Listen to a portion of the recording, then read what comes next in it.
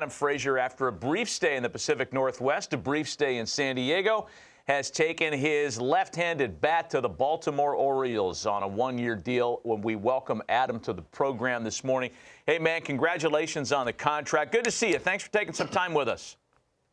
Hey, thank you. I appreciate it. Thanks for having me, too. Tell us about the decision to sign with the Orioles, joining a division that you've never played in before. It's a part of the country you're not unfamiliar with after your big years in Pittsburgh. But talk about signing with the Birds.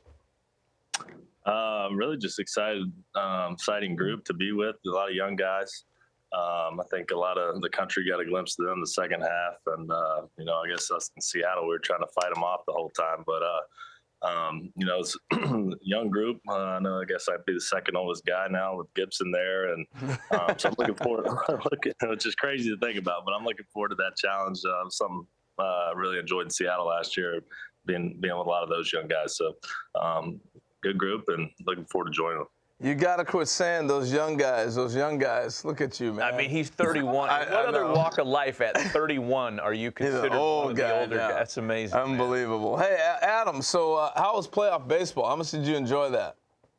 Man, that's what you live for, I guess you think about your whole life in the backyard. So to finally be able to be a part of that was awesome.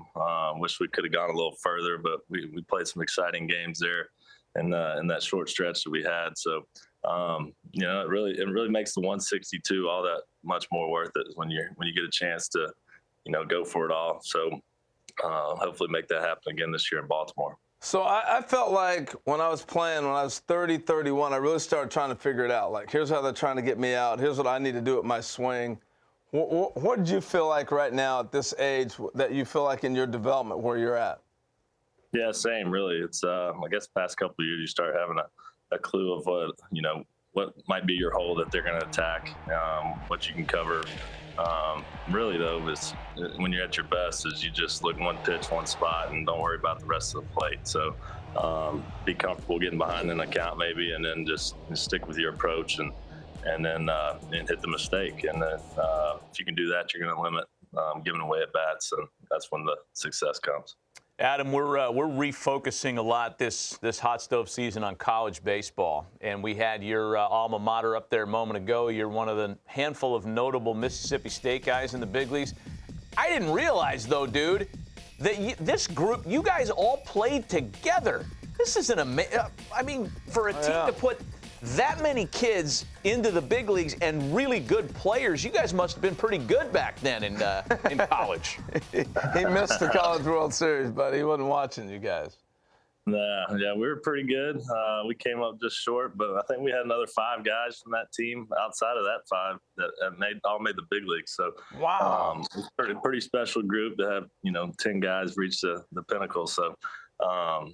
Miss those days. So let me ask you about one guy that you played with collegiately and you faced in the big leagues, because we went through this and our research team put together some video for you here. Brandon Woodruff is a beast, man, and he had such a great year. June of 19, he drills you, and then just a week or so later, you get him for a triple. Was there ever any, acknowledging kind of wink or look out there to say, hey, I got you back, or is this just any other opponent now? No, me and Woody are pretty close still. It feels like my brother, and even my little big brother, I guess that's what I like to think of him as, at least when I'm in the box. So try to keep an advantage there. But now he's really turned into something special. So come a long way from Mississippi State to being the Cy Young talk every year. Very proud of that guy. It's a lot of fun to face him. It's never easy, but you got to bring your A game. And I still owe him for that hit by pitch.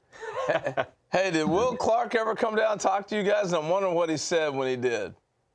No, I've run into Will a couple times over the years, but never in Starkville. So it's always an interesting conversation, but it's usually just about baseball and keep your head down, keep going, proud of you kind of thing. So I'd like to spend more time with him at some point. So what was the attraction? I mean, Buck Showalter went there, talked about Will Clark, Palmeiro, Brantley, a lot of guys. What's the attraction of Starkville to get all these guys to go play baseball there?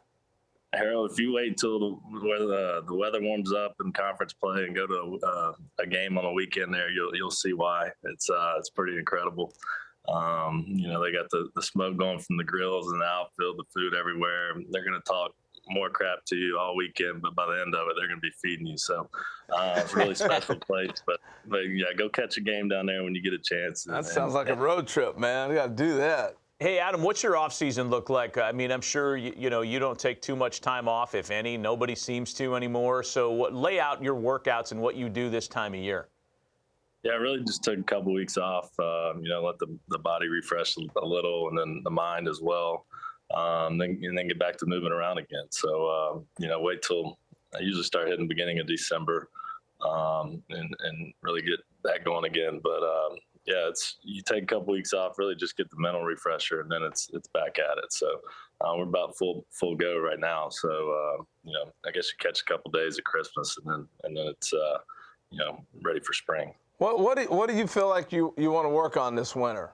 You didn't have one of your better years. It wasn't terrible, but we all go back and work on things. So I'm wondering what you felt like looking back at the season you felt like you need to work on.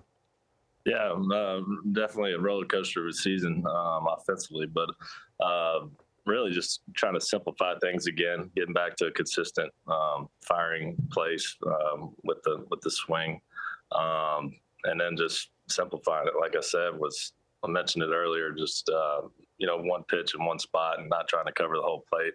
A lot of times I felt like when I was going really good in 21, that's what I was doing.